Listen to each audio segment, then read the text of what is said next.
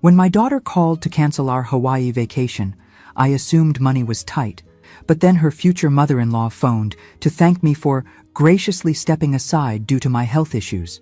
Health issues that apparently only existed in their alternate reality. I simply said, "Enjoy yourself," and hung up. But what I did next turned their dream getaway into an expensive lesson about lying to the wrong woman. If you're watching this, subscribe and let me know where you're watching from. You know what they say about assuming? It makes an ass out of you and me. Well, in this case, it just made an ass out of my daughter Amber, though she managed that all on her own without much help from anyone else. It started on a perfectly ordinary Tuesday afternoon in March. I was in my kitchen, making myself a proper lunch. Not the sad desk sandwich I used to eat during my working years, but real food prepared with actual care. When my phone rang with that particular tone that meant family drama was about to crash into my peaceful retirement. "Mom, we need to cancel Hawaii," Amber announced, without so much as a hello. No greeting, no how are you, just straight to disappointing news delivered with all the warmth of a tax audit.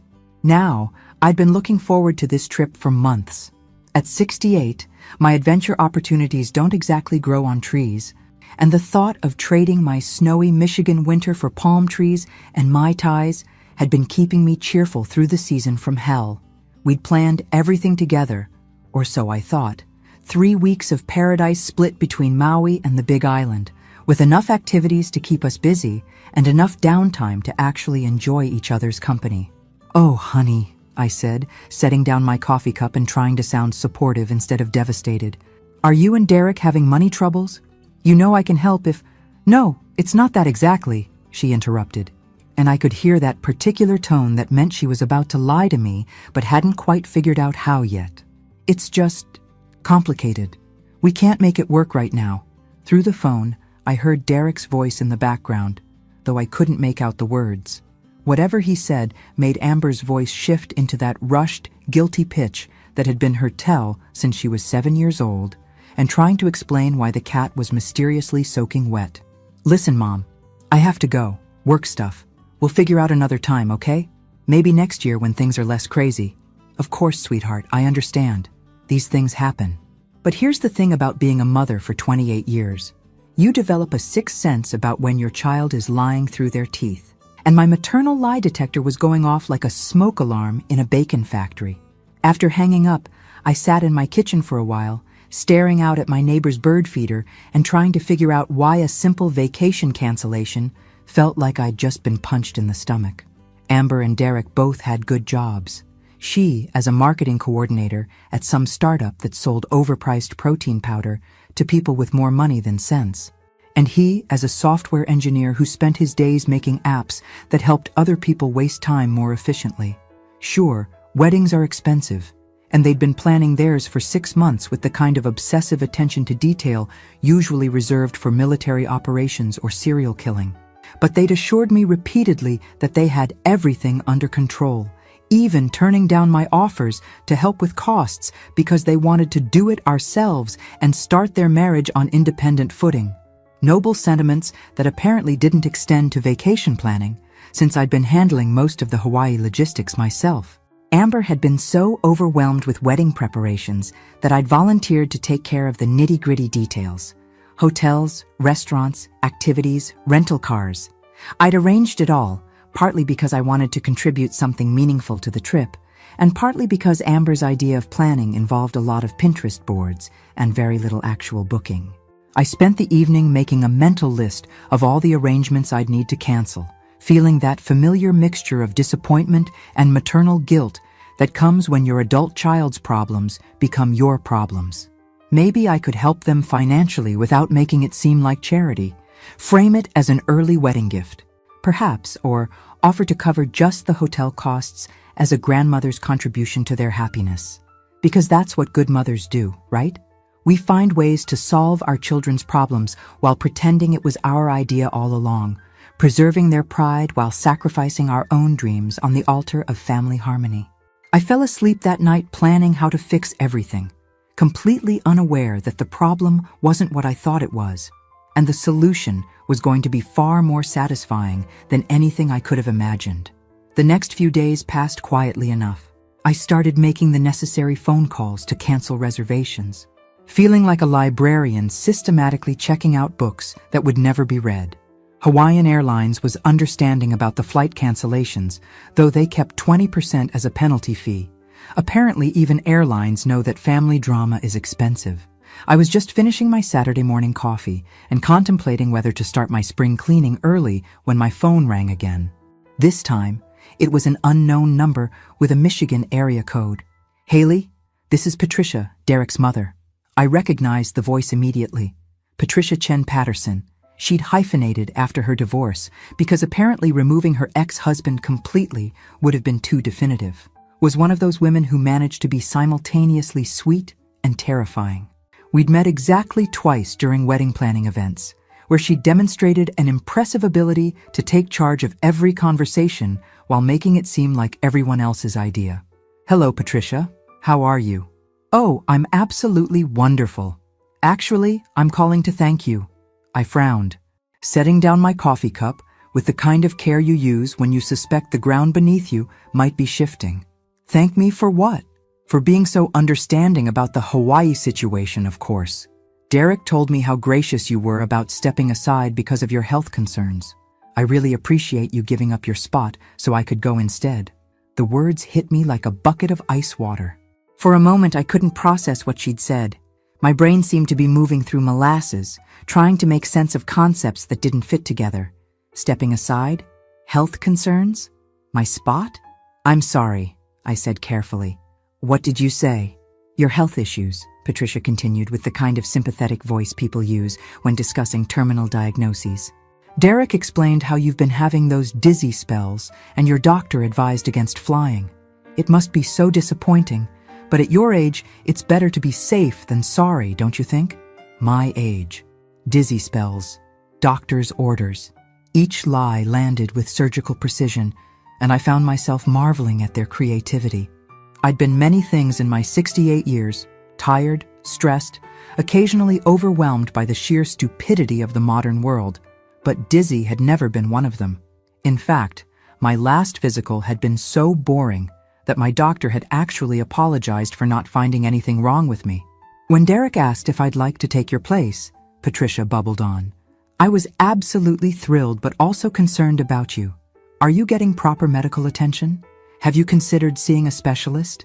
Through my kitchen window, I could see Mrs. Henderson working in her garden. She was 73, had just returned from a cruise to Alaska, and was currently wrestling with a particularly stubborn rose bush. No dizzy spells, no doctor's orders, no concerned children fabricating medical conditions to exclude her from family activities. "Haley, are you there? Are you feeling all right?" "Yes," I managed, amazed at how steady my voice sounded. "I'm here. I just wanted you to know how grateful I am for this opportunity. The resort looks absolutely stunning online. Those overwater bungalows and the dinner reservations Derek made sound incredible. That sunset cruise and the snorkeling tour, and oh my goodness. The spa treatments you'd arranged sound like pure heaven. Spa treatments I'd arranged, dinner reservations I'd made, tours I'd booked.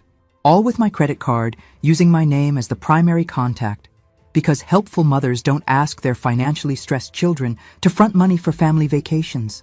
"Well," I said, still amazed at my own calm, "I hope you have a wonderful time." "Oh, we absolutely will. Derek's been planning this for months, apparently. He's thought of everything, even arranged for us to stay in one of those premium suites with the private beach access. He really knows how to spoil his mother." He certainly does, I thought, especially when someone else is paying for it. "Patricia, can I ask you something?" "Of course, dear. When exactly did Derek mention my health problems to you?" There was a pause, just long enough for me to hear the wheels turning. "Oh, it was, well, recently. Within the last week or so." "Why?" "I'm just curious about the timeline. You see, I haven't been to a doctor in months, and I certainly haven't had any dizzy spells or received any advice against flying." Another pause, longer this time. When Patricia spoke again, her voice had lost some of its cheerful confidence. "Well, I'm sure Derek knows what he's talking about. He's always been very attentive to family health matters." "I'm sure he has. Enjoy your vacation, Patricia." After hanging up, I sat in my kitchen for a long time, listening to the refrigerator hum, and watching dust motes dance in the afternoon sunlight. Everything looked exactly the same as it had 5 minutes earlier, but something fundamental had shifted in my understanding of reality. I wasn't hurt. That was the strange part. I'd moved beyond hurt into something cleaner and more focused. I was fascinated, in the way you might be fascinated by a particularly elaborate magic trick, trying to figure out exactly how the illusion worked. They'd planned this. Not a last-minute change of heart, not a financial crisis, not a scheduling conflict. They deliberately constructed an elaborate lie to exclude me from a vacation I'd organized and paid for, then felt comfortable enough about their deception to have Derek's mother call and thank me for my gracious understanding of a medical condition that existed only in their imagination. The audacity was almost impressive. Almost. Sunday morning, I woke up feeling like a detective who'd finally found the missing piece of a particularly puzzling case. I made myself a proper breakfast, Eggs Benedict with real hollandaise sauce, because when you're planning a campaign of justified revenge, you need to start with decent fuel and spread every piece of paperwork related to the Hawaii trip across my dining room table. Now here's something my darling daughter had apparently forgotten during her years of taking my organizational skills for granted. I don't do anything halfway. When Amber had casually mentioned wanting to visit Hawaii and Derek had started looking at resorts like a tourist reading postcards, I jumped in with both feet and a color-coded spreadsheet. See, being the helpful mom for 28 years had taught me to be thorough. Not just thorough, obsessively, methodically, backup plan for the backup plan thorough. Because when you're managing logistics for people who think planning ahead means buying groceries the same day they intend to cook them, you learn to cover every possible angle. The Grand Wiley Resort reservation, booked and paid for by me, confirmation number carefully filed, cancellation policy memorized. The rental car, my credit card, my name on the contract, full insurance coverage because I'm not an amateur. The dinner reservations at Mama's Fish House, Merriman's, and that ridiculously expensive place on the beach where they charge $40 for fish that probably costs $3 to catch. All made by me, with my name as the primary contact. The snorkeling tour, the sunset dinner cruise, the couple's massage at the spa, even the helicopter tour that Derek had wanted to surprise Patricia with.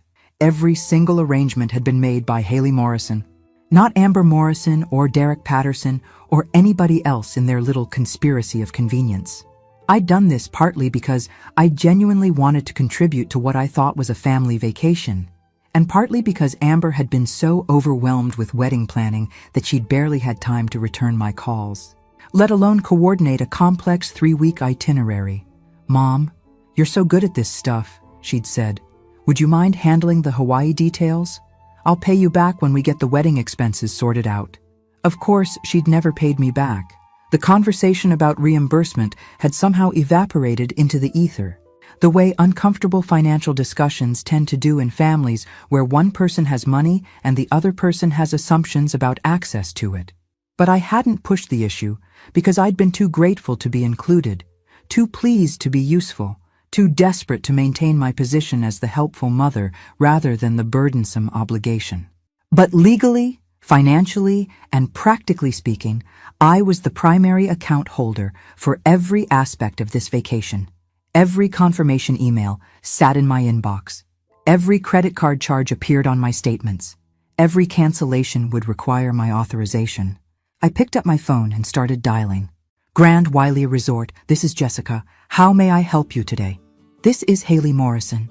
I need to cancel a reservation for next week." "Of course, Ms. Morrison. May I have your confirmation number?" 23 minutes later, I'd canceled the hotel reservation and recovered 72% of the payment thanks to their reasonable cancellation policy. The remaining 28% seemed like a small price to pay for the education I was about to provide my daughter about the consequences of deception. The rental car company was even more accommodating. Full refund, no questions asked, and they even thanked me for the advance notice. Apparently, honesty in business relationships is so rare that they were genuinely appreciative. The restaurant reservations required individual phone calls, but most of the hostesses were understanding about sudden family emergencies. The snorkeling tour company actually wished me well and said they hoped everything worked out. The spa was disappointed to lose our business but completely professional about the cancellation. By noon, I'd systematically dismantled every single arrangement that would have made their Hawaiian vacation possible, recovering most of my money in the process. But I wasn't finished, not even close. I opened my laptop and logged into the joint savings account I'd set up 3 years earlier. The account where I'd been depositing a portion of my Social Security and pension payments for family emergencies and shared expenses.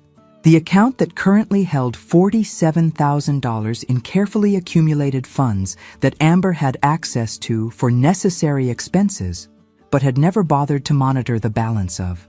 In her mind, it was just Mom's emergency fund, an inexhaustible resource that would always be there when needed, like Social Security or Medicare or unconditional maternal love. She'd use the debit card occasionally, always asking permission first, never checking the actual balance, because she assumed it contained whatever modest amount was appropriate for an elderly woman's emergency fund. She had no idea that I'd been living well below my means for years, carefully saving money for future adventures, medical emergencies, or home improvements. She had no idea that being widowed and financially independent meant I could afford to be generous because I was being smart, not because I was desperate to buy affection. I transferred every penny to a new account at a different bank, an account with only my name on it, protected by new passwords and security questions that only I would know the answers to. Then I called the old bank and closed the original account entirely. When Amber stepped off that plane in Honolulu, expecting to use our money to salvage their vacation, she would discover that the card in her wallet was now connected to an account that no longer existed. Not temporarily frozen, not requiring authorization, but completely non-existent. For the first time in days, I smiled, and then I laughed. Actually laughed out loud in my kitchen, because sometimes the universe hands you the perfect opportunity to teach someone exactly what their deception is worth. Monday morning, I woke up feeling more energetic than I had in years. There's something deeply clarifying about decisive action, about finally matching your behavior to your principles, instead of constantly making excuses for other people's selfishness. I made myself French toast with real maple syrup and thick-cut bacon, the kind of indulgent breakfast I usually reserved for special occasions, and settled in to wait for the inevitable fireworks. The first call came at 6:47 a.m. Pacific time, which meant they'd landed, made it through customs, discovered that their hotel reservation didn't exist, and had spent approximately 23 minutes trying to figure out what had gone wrong before Amber's brain finally landed on the obvious culprit, me. "Mom!" Her voice was so shrill it could have shattered glass. "There's something wrong with our hotel reservation. They're saying it was canceled." "Oh my goodness," I said, adding just the right note of concern to my voice while admiring my perfectly manicured nails. "That's terrible, honey. What are you going to do?" I could hear Derek in the background, his voice rising with the kind of panic that comes when your elaborate deception starts falling apart in public. There were other voices too, probably Patricia demanding explanations for why their luxury vacation had suddenly become a crisis management situation. "I don't know what happened," Amber continued, her voice cracking with stress. "The hotel says someone called yesterday to cancel everything. Derek is trying to find somewhere else to stay, but everything's either completely booked or incredibly expensive." I made appropriately sympathetic noises while mentally calculating just how expensive emergency hotel accommodations in Hawaii would be during peak tourist season. Supply and demand, darling. Basic economics. The cheapest place Derek could find is $800 a night, and that's for some tiny room without even an ocean view. "Mom, we might need to use the emergency account to cover this." "Of course, sweetheart. Whatever you need to do." There was a pause while Amber presumably tried to access the account, probably standing in some overpriced hotel lobby while other tourists watched the drama unfold. I imagined her confidently handing over the debit card, expecting it to solve all their problems with the magical efficiency that my money had always provided in the past. "Mom, the card isn't working. It says the account is closed." "That's very strange," I said thoughtfully. "Are you sure you're entering the number correctly?" Sometimes those card readers can be finicky. "I've used this card 100 times. Mom, what's going on? Did something happen to the account?" Behind her, I could hear Derek's voice getting louder, and Patricia's concerned questions, and the general chaos of three people discovering that their financial safety net had suddenly vanished. It was like listening to a very expensive episode of reality television, except I was both the audience and the producer. "I'm sure it's just some kind of technical problem," I said soothingly. "You know how computers can be. Banks have glitches all the time. Can you call them? We need this sorted out right now. We're stranded here, with nowhere to stay and no way to pay for anything." "I'll see what I can do, honey." "Mom, this is serious. We're literally standing in a hotel lobby with our luggage, looking like idiots, while Derek tries to explain to the front desk why we don't have a reservation that we definitely made." "Well," I said carefully, "didn't you budget for the trip expenses before you left? Surely you have your own funds available for emergencies like this." The silence that followed was so long and complete that I briefly wondered if the call had dropped. When Amber finally spoke, her voice was smaller, more uncertain. We were counting on that account being available. Derek put everything he had saved into the wedding deposits, and my savings went toward the dress and all the other wedding expenses. So they'd planned an expensive vacation they couldn't actually afford, counting on my money to make it possible. They'd excluded me from a trip I'd organized and paid for, then expected me to continue funding their deception. The audacity was breathtaking. "That sounds like a very difficult situation," I agreed. "Mom, you have to help us. Can you wire money or transfer funds or something? We can't just be stuck here."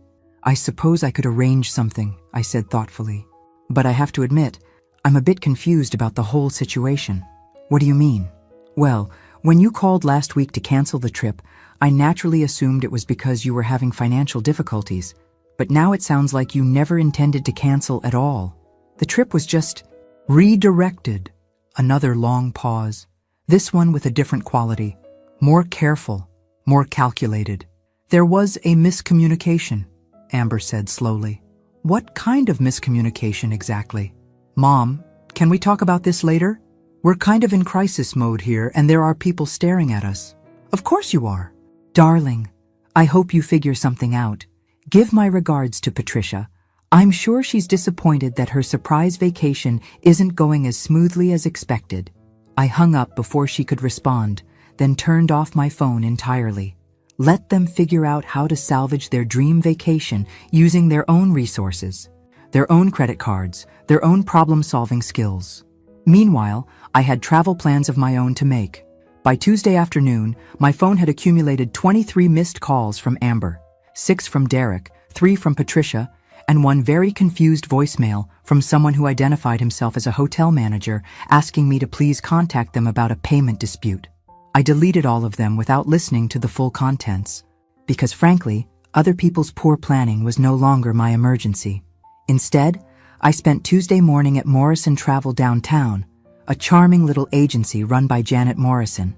No relation, but she had excellent taste in surnames. I hadn't used a travel agent in years, but there was something delightfully old-fashioned and personal about having another human being help plan my escape from the debris of my daughter's deception. "I'd like to book a vacation," I told Janet, settling into the comfortable chair across from her desk. "Something tropical and luxurious. I'm celebrating my independence from ungrateful family members." Janet's eyes lit up with the kind of understanding that passes between women who've learned that life is too short to tolerate other people's nonsense. "What did you have in mind?" "The Maldives," I said, surprising myself with how easily the words came out. "I want overwater bungalows, complete pampering, and an experience so spectacular that when I tell people about it, they'll be genuinely envious instead of offering sympathy." The money I'd recovered from the Hawaii cancellations, combined with funds from my personal savings account, was more than enough for a truly magnificent solo vacation. Not just adequate, not just comfortable, but genuinely luxurious in a way I'd never allowed myself before. "When would you like to travel?" "As soon as possible, preferably before my daughter figures out how to use someone else's phone to continue harassing me." Janet laughed and started working her magic with airline schedules and resort availability. While she typed and clicked and made phone calls on my behalf, I sat in her sunny office, sipping complimentary tea and watching normal people go about their normal lives outside the window.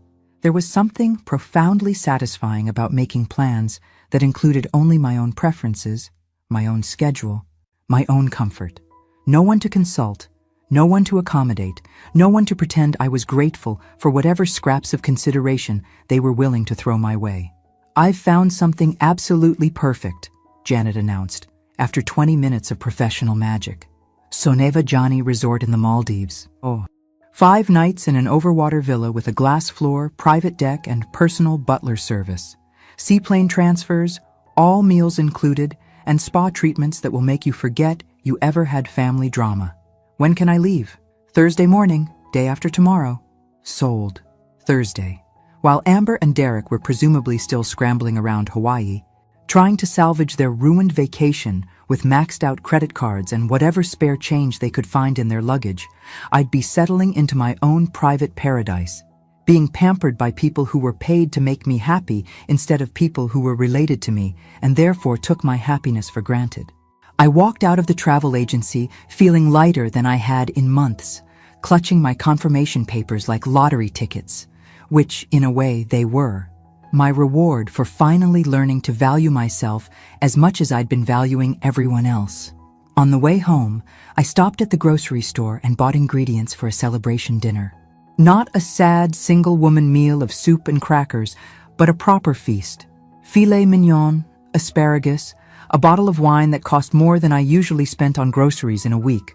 Because when you're celebrating your transformation from doormat to independent woman, you deserve more than leftovers.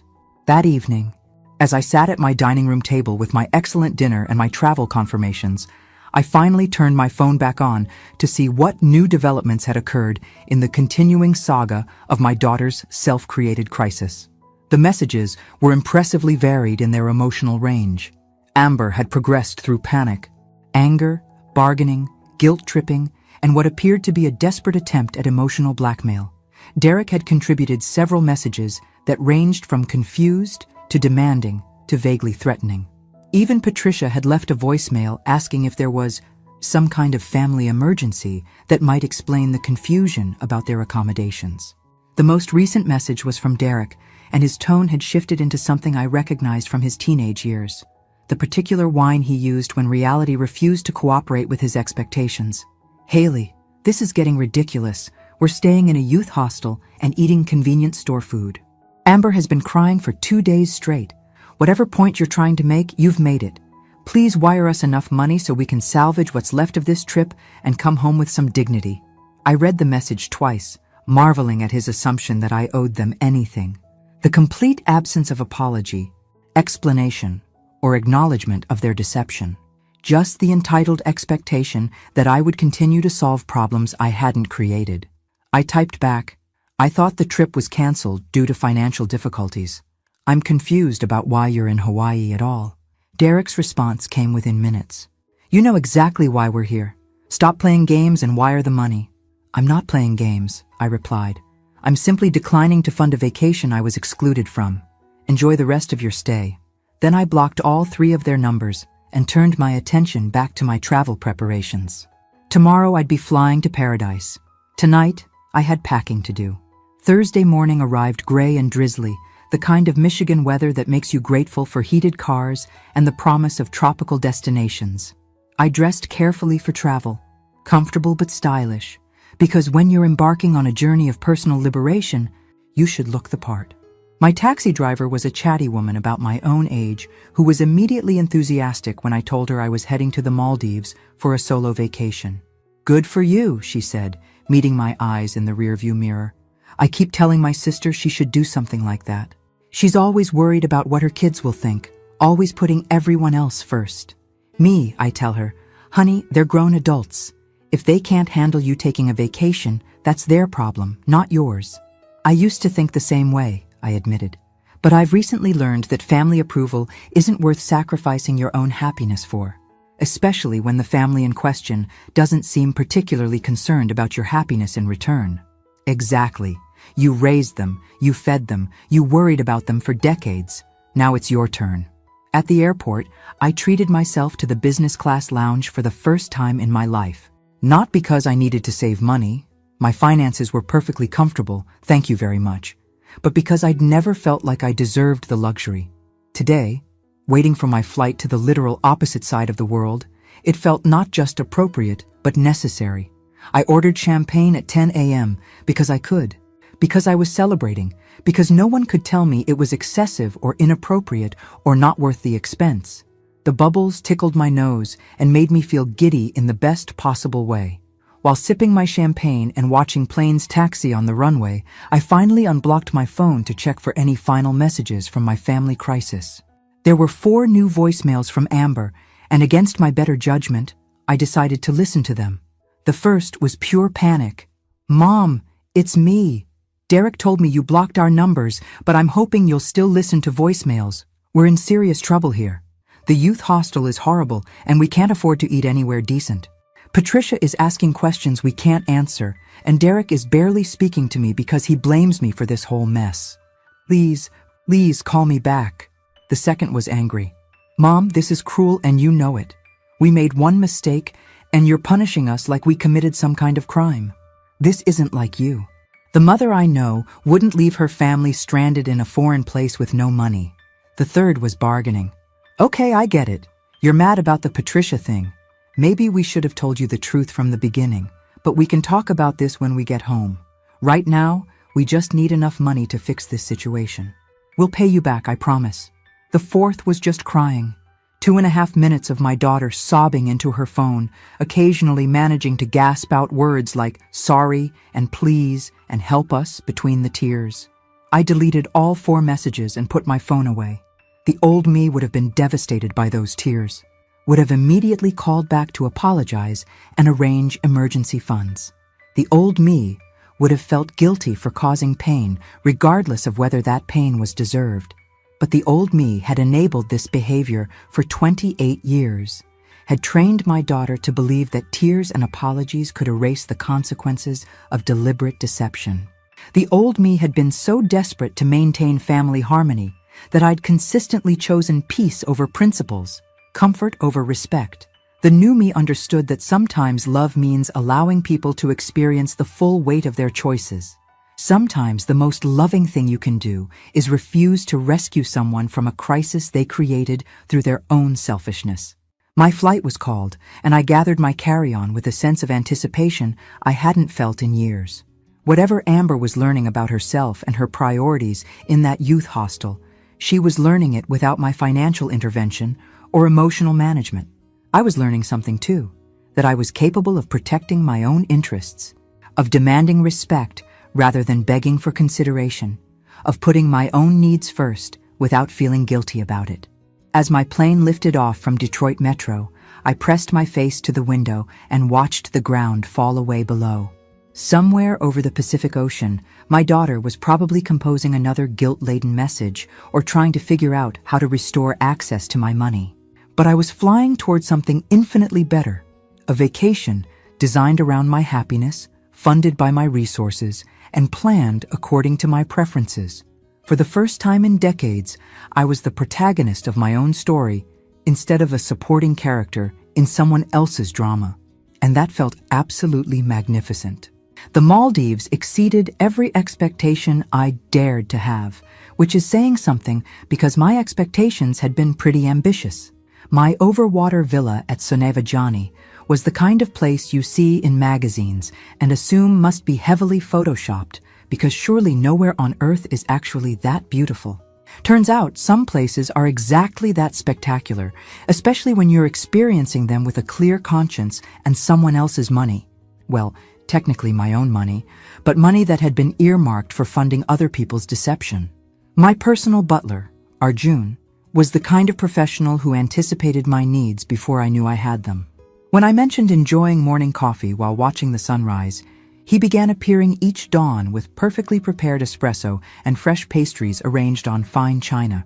When I admired the resort's infinity pool, he discreetly arranged for private swimming sessions during the most peaceful hours, when the water was like glass and the only sounds were gentle waves and distant birds. For 5 glorious days, I lived like the main character in my own story instead of a supporting player in someone else's drama. I snorkeled among coral reefs that looked like underwater gardens, enjoyed spa treatments that made my 68-year-old body feel like it belonged to someone decades younger, and dined on cuisine that transformed simple ingredients into works of art. But the real luxury wasn't the accommodations or the service, it was the silence. No phone calls demanding explanations for my unreasonable behavior, no guilt trips disguised as family concern. No one expecting me to sacrifice my comfort for their convenience while acting like I should be grateful for the privilege. Every morning, I woke up in my overwater villa and thought about my daughter and her co-conspirators, probably still scrambling around Hawaii trying to figure out how to afford basic necessities. I should have felt guilty about their situation. The old me would have been consumed with worry, imagining them suffering while I lounged in paradise. Instead, I felt something I hadn't experienced in years: complete peace. They were adults who had made adult decisions, and they were experiencing adult consequences. My job as a mother hadn't been to shield them from reality indefinitely. It had been to raise them to handle reality competently. If they couldn't handle the fallout from their own deception, that was a failure of character, not parenting. On my third day, while enjoying a massage that probably cost more than most people spend on groceries in a month, I got a text from an unknown number. Amber had obviously borrowed someone's phone, because persistence is apparently a family trait, even when it's misdirected. "Mom, we're sleeping on the beach because we can't afford hostels anymore. Please help us." I read it twice, then showed it to my masseuse, who made sympathetic clucking sounds while working a particularly stubborn knot out of my shoulder. "Family troubles?" she asked in her lovely Maldivian accent. "Family learning opportunities," I corrected. "Sometimes the best education is the most expensive." I deleted the message without responding and asked for extra time on the hot stone treatment. After all, relaxation is serious business, and I was finally taking it seriously. On my final evening, as I sat on my deck watching the sunset paint the sky in shades that would make a professional artist weep with envy, I received another text from yet another unknown number. "Mom, we're flying home tomorrow. We need to talk." I read it while sipping champagne that probably cost more than their entire youth hostel experience. Then typed back, "Have a safe flight. I'll be back Sunday." The response came immediately. "Where are you?" "Paradise," I replied, then turned off my phone and returned my attention to the sunset. The flight home felt different from the journey out. I wasn't running away anymore. I was returning with purpose and a magnificent tan. During the long hours over the Pacific, I had time to think about what came next, and it occurred to me that this experience had been more than just a vacation. It had been a masterclass in self-respect. I would no longer be the emergency fund that never required repayment, or the emotional support system that functioned exclusively in one direction. If Amber wanted a relationship with me moving forward, it would be as equals, built on mutual respect rather than my desperate gratitude for whatever attention she was willing to provide. When my taxi pulled into my driveway, Mrs. Henderson was collecting her mail and practically bounced over to greet me. "Haley, you look absolutely radiant. How was your trip?" "Transformative," I said honestly, pulling my suitcase from the trunk. "I highly recommend solo travel for women our age. The world is much more welcoming than we've been led to believe. I might just take that advice. My daughter's always saying I should get out more, see the world. The key," I said, unlocking my front door, "is to see it on your own terms, not as someone else's afterthought." Inside my house, everything was exactly as I'd left it, yet somehow the space felt different. More definitively mine, perhaps. Like a house where the owner had learned to value herself appropriately. I unpacked slowly, savoring the process of putting away clothes that smelled like tropical flowers and ocean air, physical evidence of my successful rebellion against family martyrdom. My answering machine was blinking with 23 new messages, which seemed like exactly the right number for a family crisis that had lasted 5 days without my intervention. I ignored it completely and made myself a proper cup of tea instead. The doorbell rang at 6:23 p.m., which was either excellent timing or very poor timing, depending on your perspective. Through the peephole, I saw Amber standing on my porch, looking significantly thinner than when I'd last seen her and considerably less sure of herself. No Derek, no Patricia, Just my daughter holding a pathetic bouquet of grocery store flowers that had clearly seen better days. I opened the door but didn't immediately invite her in.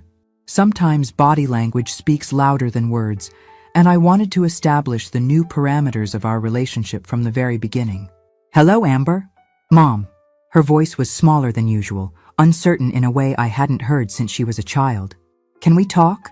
I stepped aside to let her enter, noticing how she glanced around my living room as if seeing it for the first time, which, in a way, she probably was. When had she last visited without wanting something? When had she last paid attention to the space where I lived my actual life? "How was Hawaii?" I asked pleasantly, settling into my favorite chair and gesturing for her to take the couch. Amber perched on the edge of the sofa cushions like a bird ready to take flight, still clutching her sad flowers. "It was awful, Mom. You know it was awful." "I'm sorry to hear that. What made it so unpleasant?" She stared at me for a long moment, clearly searching for the anger and guilt she'd expected to find. When she didn't find either, her shoulders sagged in a way that suggested she was finally beginning to understand the magnitude of what had changed between us. We couldn't afford anything. The hotels, the restaurants, even basic food was ridiculously expensive. We ended up sleeping in a hostel dormitory with college kids who partied until 4 in the morning. Derek and I fought constantly because we were stressed and exhausted and completely out of money. "That does sound challenging," I said, accepting the flowers and setting them on the coffee table without comment. Patricia kept asking questions about why our reservations had been canceled and why we didn't have access to emergency funds. Derek finally had to tell her the truth about the situation. "What situation would that be?" Amber's face flushed. "About how the trip had been arranged differently than we'd originally planned." "Differently how?" "Mom, you know what I mean." "I'm afraid I don't. Could you be more specific?" She shifted uncomfortably, clearly hoping I would fill in the blanks and spare her the humiliation of explaining her own deception. When I didn't, she finally spoke. "About how we'd invited Patricia instead of you, and how Derek had exaggerated about your health issues."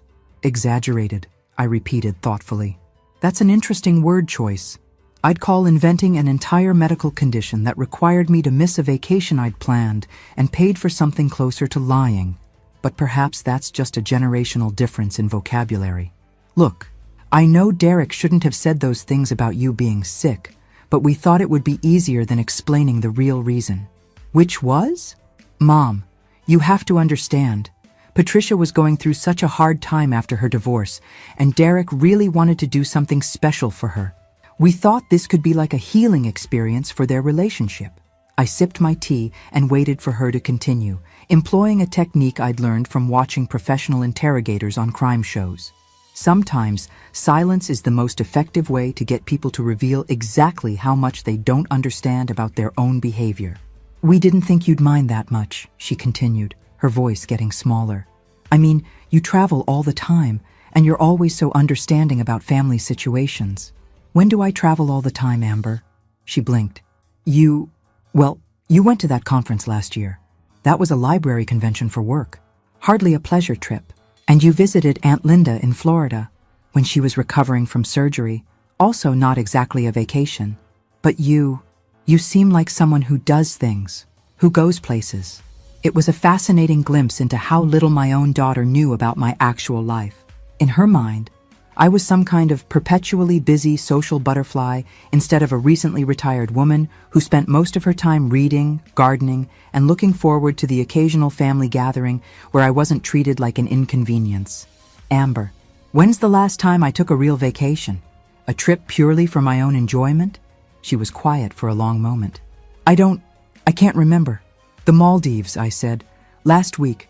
That was my first pleasure trip in over 5 years." "The Maldives?" Amber's voice cracked slightly. "You went to the Maldives?" "I did. It was spectacular. Overwater villa, personal butler, spa treatments that made me feel 30 years younger. I highly recommend it, though I suspect it's somewhat outside your current budget range."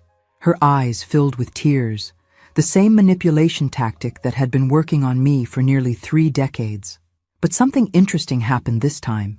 Instead of feeling guilty about her distress, I found myself studying her reaction with the detached curiosity of a scientist observing a predictable chemical reaction. "Mom, I'm so sorry," she gasped, launching into the full-body sobs I remembered from her childhood tantrums. "I know we messed up terribly, but we never meant to hurt you.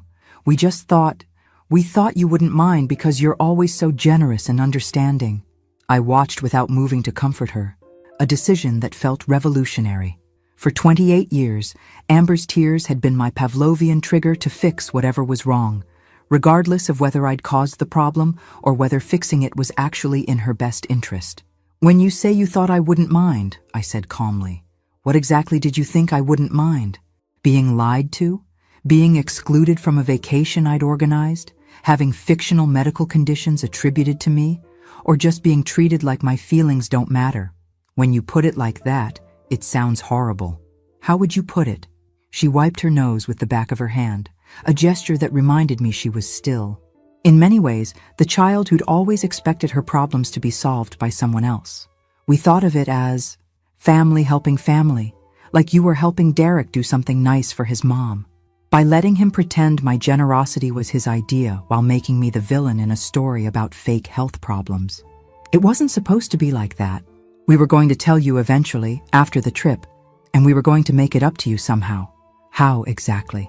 We hadn't figured that part out yet. I stood up and walked to my bookshelf, where I'd placed the small carved dolphin I'd bought in the Maldives, a reminder of what life looked like when I stopped prioritizing other people's comfort over my own dignity. "Amber, let me ask you something, and I want you to think carefully before you answer. When's the last time you called me just to see how I was doing? Not because you needed something, not because there was a family obligation, but because you genuinely wanted to know about my life." The silence stretched long enough to become its own answer. "When's the last time you asked about my interests, my health, my opinions about anything that didn't directly affect you?" More silence. "When's the last time you treated me like a person whose thoughts and feelings mattered as much as your own?" "Mom, that's not fair. You're my mother, it's different." "How is it different?" Because you're supposed to take care of me. That's what mothers do." There it was, the fundamental misunderstanding that had been poisoning our relationship for years. In Amber's mind, being my daughter gave her permanent access to my resources and unconditional forgiveness for her behavior, while requiring nothing from her in return except the bare minimum of acknowledgement that I existed. "You're 28 years old, Amber. You have a college degree, a good job, and a fiancé. At what point did you imagine the taking care of would become reciprocal?" I don't know what you mean. I mean, when were you planning to start considering my needs the way I've always considered yours? When were you going to start contributing to my happiness instead of just taking from it?" Her tears had stopped, replaced by something that looked uncomfortably like confusion. "But I do consider your needs. I invite you to family events. I call you on holidays. You invite me to events where I'm treated like an obligation that has to be accommodated. You call me on holidays because social convention requires it. When have you ever done something purely for my pleasure, without any benefit to yourself? This is ridiculous. Every mother helps their children. That's what being a parent means. Help, yes. But children are supposed to help their parents too. Especially adult children. They're supposed to consider their parents' feelings, treat them with courtesy, include them in decisions that affect them. You're being impossible." I returned to my chair, feeling suddenly tired. Not defeated, just weary of explaining basic human decency to my own daughter. "Amber, did you ever wonder how I could afford a spontaneous luxury vacation to the Maldives right after you assumed you'd left me financially devastated?" She paused her emotional display, looking genuinely confused. I figured you had some emergency savings somewhere." "I do.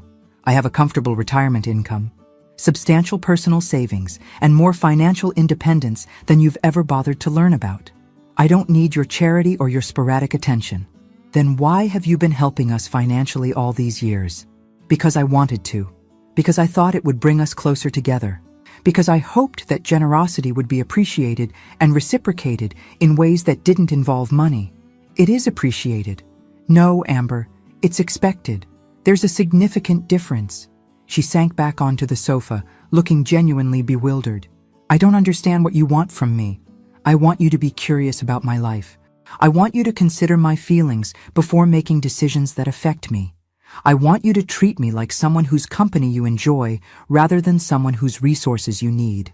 But that's not, she struggled with the words, and I realized that she'd never thought about our relationship from my perspective.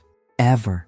Here's what's going to change, I said, settling back into my chair with the calm authority of someone who'd finally learned to value herself appropriately. I won't be providing any more financial assistance. You and Derek are adults with good incomes, and you can fund your own lifestyle choices. Mom, I won't be available for last-minute babysitting, emergency favors, or crisis management unless you're equally available for my needs. Reciprocity, Amber. It's not a dirty word. What needs? You never ask for anything. Because I learned not to. Because every time I had a problem or wanted something, I was made to feel like I was being unreasonably demanding. But that's changing too. The color was slowly draining from Amber's face as she began to understand that this wasn't a temporary tantrum that could be resolved with sufficient tears and apologies. This was a fundamental restructuring of our relationship. You can't just cut me off completely. I'm your daughter, and you'll always be my daughter. But being my daughter doesn't entitle you to unlimited access to my resources while contributing nothing in return. Love isn't a one-way transaction, regardless of what you've been led to believe. She stood up abruptly, her voice rising with panic. This is insane. Every family helps each other out. That's what families do. Help, yes. Take advantage of, no. There's a difference between family support and family exploitation, and you've been firmly in exploitation territory for years. I don't exploit you. You lied to your future mother-in-law about my health to justify excluding me from a trip I'd planned and paid for. You've accessed my bank account for 3 years without ever asking about my own financial needs or goals. You call me when you want something and ignore me when you don't. How would you define exploitation? I love you, Mom. That's different from taking advantage. Is it? Because love without respect feels remarkably similar to being used. Amber began pacing my small living room, her agitation growing as the reality of changed circumstances began to sink in. So what are you saying? That you're cutting me off? That you don't want a relationship with me anymore? I'm saying I want a different relationship. One where my feelings matter as much as yours. Where my comfort isn't automatically sacrificed for your convenience. Where you contribute to my life instead of just extracting from it. I do contribute. I invite you to events. I include you in family plans. You invite me to events where I'm seated next to garbage cans. You include me in family plans that involve lying about my health and excluding me from activities I've organized. Your version of inclusion feels remarkably similar to exclusion with extra steps. You're being cruel. I'm being honest. For the first time in our relationship, I'm prioritizing my own well-being instead of managing your emotions. Fine! She exploded, tears streaming down her face. You want to know the truth? The real reason we didn't want you on the trip? Please, enlighten me. Because you're boring, okay? You ask a million questions about everything. You worry about money constantly. You always want to plan every minute of every day. Derek said traveling with you would be like traveling with his accountant. Except less fun. There it was. The truth I'd suspected but had been too afraid to hear directly. In their minds, I wasn't just old and inconvenient. I was fundamentally uninteresting, someone whose company was a burden to be endured rather than enjoyed. Thank you for your honesty, I said calmly. That's actually very helpful information. I didn't mean, oh, but you did mean it. And now I know exactly how my own daughter sees me, as someone too boring to vacation with, too demanding to appreciate, too inconvenient to treat with basic respect. Mom, I was angry. I didn't mean those things. You meant every word. And the fact that you said them when you were angry just means they're closer to how you really feel than anything you say when you want something from me. She collapsed back onto the sofa, sobbing harder now. I don't know how to fix this. You can't fix it, Amber. You can only learn from it. What does that mean? It means that for the first time in your life, you're going to experience the actual consequences of treating people badly. It means that your boring, demanding, inconvenient mother is going to start acting accordingly. You're punishing me. I'm protecting myself. There's a difference, though I understand why you might have trouble distinguishing between the two. She looked up at me with red-rimmed eyes, and for a moment, I saw the little girl she'd been before entitlement and selfishness had calcified into her default personality. I really am sorry, Mom. I know we hurt you, and I know it was wrong. I believe you're sorry that your deception had consequences. I'm less convinced that you're sorry about the deception itself. That's not true, isn't it? If everything had gone according to plan, if I'd never found out about Patricia, if the vacation had been wonderful, if you'd successfully used my money to fund Derek's generosity toward his mother, would you be apologizing now? She was quiet for a long moment. Probably not, she finally whispered. At least you're being honest about that. So what happens now? Do we just not have a relationship anymore? We have the relationship you've been building for years. One where I'm useful when you need something and invisible when you don't. The only difference is that now I'm choosing to be invisible all the time. That's not what I want. It's what you've been training me to accept. I'm simply taking your lessons to their logical conclusion. Amber left that evening without the reconciliation she'd expected, without the immediate forgiveness she'd taken for granted, and definitely without renewed access to my financial resources. She tried several different approaches before giving up. More tears, angry accusations about my selfishness, and finally, a desperate attempt to bargain her way back into my good graces by promising to do better in some vague, unspecified way. I remained consistent throughout her emotional performance. Warm, but boundaried. Loving, but not automatically accommodating. It was exhausting, actually, resisting decades of programmed responses to her distress, but also oddly liberating. Over the following weeks, she tried various tactics to restore the status quo. Angry phone calls where she accused me of abandoning family when family needed help most. Guilt-laden texts about wedding expenses and how stressed she was about planning everything without my assistance. Even a few half-hearted attempts at genuine conversation, though those felt stilted and uncertain, like someone trying to speak a foreign language they'd never bothered to learn properly. I remained politely unavailable. Not cruel, not punishing, just unavailable in the way I'd been trained to be available for 28 years.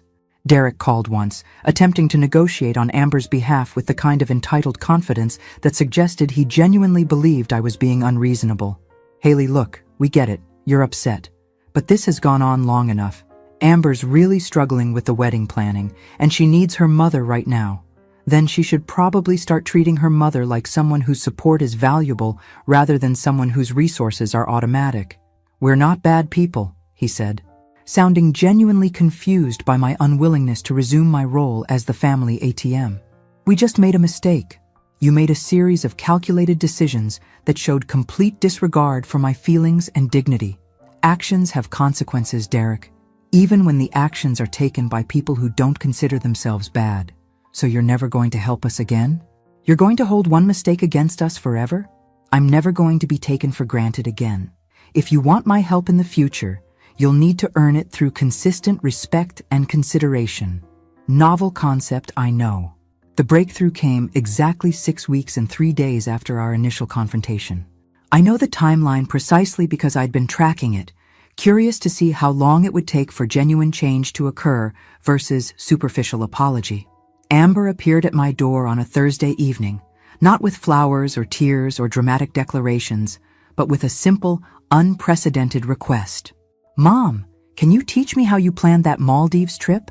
I mean, actually teach me, not just do it for me. I studied her face carefully, looking for signs of manipulation or ulterior motives. Instead, I found something I hadn't seen in years, genuine curiosity about my capabilities. Why do you want to know? Because I realized something while Derek and I were trying to plan our honeymoon. I don't actually know how to do any of this stuff. I don't know how to research destinations, compare prices, understand cancellation policies, or manage travel logistics. I've been relying on other people, mostly you, to handle complicated things for me, and I never learned to do them myself. And now you want to learn? I want to understand how you managed to plan such an incredible vacation on such short notice.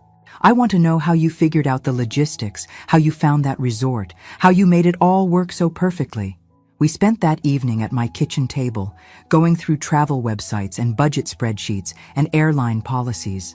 Amber asked real questions, not perfunctory ones designed to flatter me into doing the work myself, but genuine inquiries about currency exchange rates and travel insurance and jet lag management.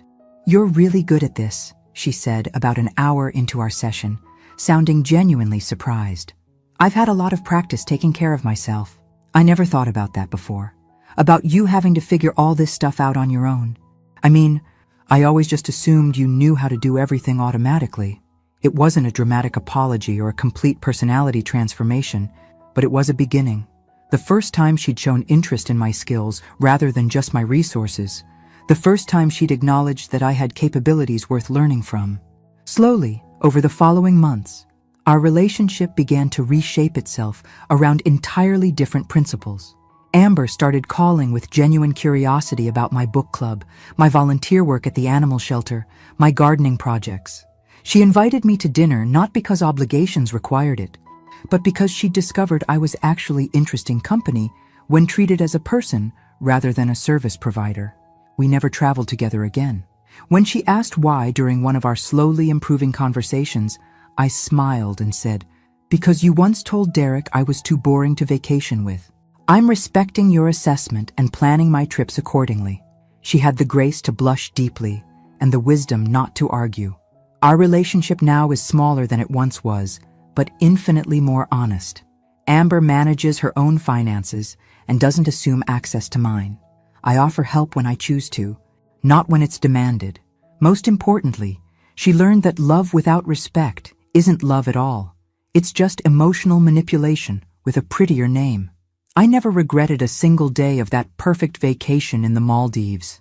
Every sunset over the lagoon, every spa treatment, every moment of peace and luxury was worth the temporary discomfort of watching my daughter learn to treat me like a human being rather than a renewable resource. And Patricia?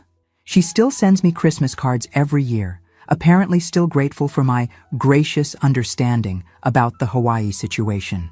I never corrected her misconceptions about my health or my role in the trip's cancellation. Some lessons are best learned through experience rather than explanation. And some people are perfectly happy living in their own version of reality. Besides, her thank you notes are actually quite touching. It's nice to be appreciated, even when the appreciation is based on a complete misunderstanding of what actually happened.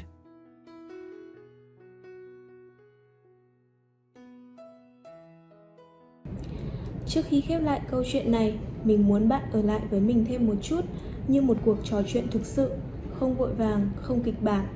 Đôi khi mình nghĩ điều đặc biệt nhất của những câu chuyện như thế này không phải là cao trào, không phải là cái kết, mà là những cảm xúc còn đọng lại sau khi mọi thứ đã kết thúc. Bạn có bao giờ xem xong một câu chuyện rồi tự nhiên im lặng vài giây không?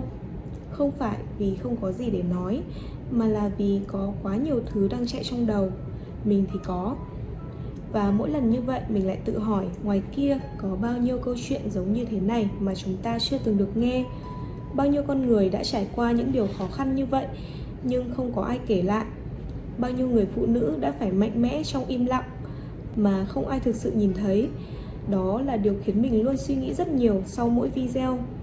Bởi vì sự mạnh mẽ không phải lúc nào cũng ồn ào. Nó không phải lúc nào cũng là những khoảnh khắc đứng trên sân khấu hay những chiến thắng rõ ràng để mọi người vỗ tay.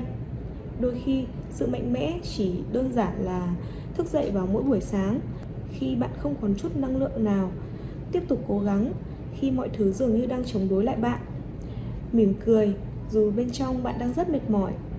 Và điều đặc biệt là rất nhiều người phụ nữ ngoài kia đang làm điều đó mỗi ngày. Không ai biết, không ai hỏi, nhưng họ vẫn tiếp tục.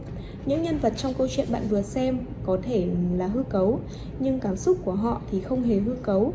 Nỗi đau là sự thật, sự tổn thương là thật, và cả sự kiên cường cũng là thật. Đó là lý do tại sao mình luôn muốn kể những câu chuyện như thế này. Không phải để làm mọi thứ trở nên buồn hơn, mà để chúng ta có thể hiểu hơn, hiểu rằng đằng sau mỗi con người là cả một hành trình mà chúng ta không thể nhìn thấy. Hiểu rằng đôi khi sự im lặng của một người không phải là họ yếu đuối, mà là họ đã phải chịu đựng quá nhiều. Và hiểu rằng sự vươn lên không phải lúc nào cũng hoàn hảo. Có những lần họ sẽ gục ngã, có những lúc họ sẽ nghi ngờ chính mình, có những khoảnh khắc họ muốn từ bỏ tất cả. Nhưng rồi họ vẫn đứng dậy, không phải vì họ không sợ, mà là vì họ không còn lựa chọn nào khác ngoài việc phải tiếp tục. Và mình nghĩ đó mới là định nghĩa thực sự của sức mạnh. Không phải là không bao giờ yếu đuối, mà là vẫn bước tiếp, ngay cả khi bạn đang yếu đuối nhất. Có thể khi nghe đến đây, bạn sẽ thấy câu chuyện này không chỉ là về một nhân vật nữa, mà là về rất nhiều con người. Có thể là một người bạn của bạn, một người thân trong gia đình, hoặc thậm chí là chính bạn. Và nếu bạn từng trải qua những cảm xúc tương tự, thì mình muốn bạn biết một điều: bạn không hề đơn độc. Có thể câu chuyện của bạn chưa được kể, có thể không ai thực sự hiểu hết những gì bạn đã đi qua, nhưng điều đó không làm cho những gì bạn trải qua trở nên ít quan trọng hơn. Ngược lại, nó càng cho thấy bạn đã mạnh mẽ như thế nào để đi đến đây.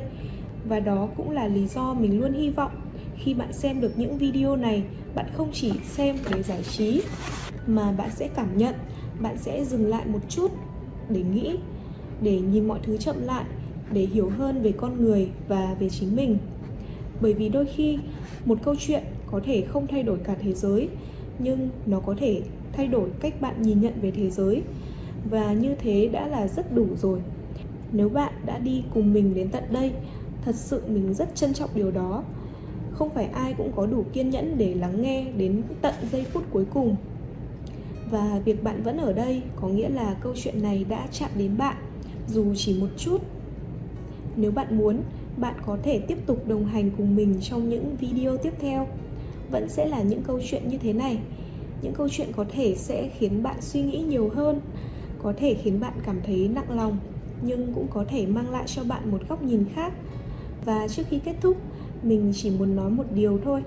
Đôi khi cuộc sống sẽ không công bằng, đôi khi mọi thứ sẽ xảy ra theo cách mà bạn không thể kiểm soát. Nhưng điều bạn luôn có thể kiểm soát là việc bạn chọn đứng dậy như thế nào sau tất cả. Dù chậm cũng được, dù mệt cũng được, chỉ cần bạn vẫn bước tiếp thì bạn đã mạnh mẽ hơn bạn nghĩ rất nhiều rồi. Cảm ơn vì các bạn đã ở đây, đã lắng nghe và đã cùng mình đi qua những câu chuyện này. Hẹn gặp lại các bạn trong những câu chuyện tiếp theo. Bye!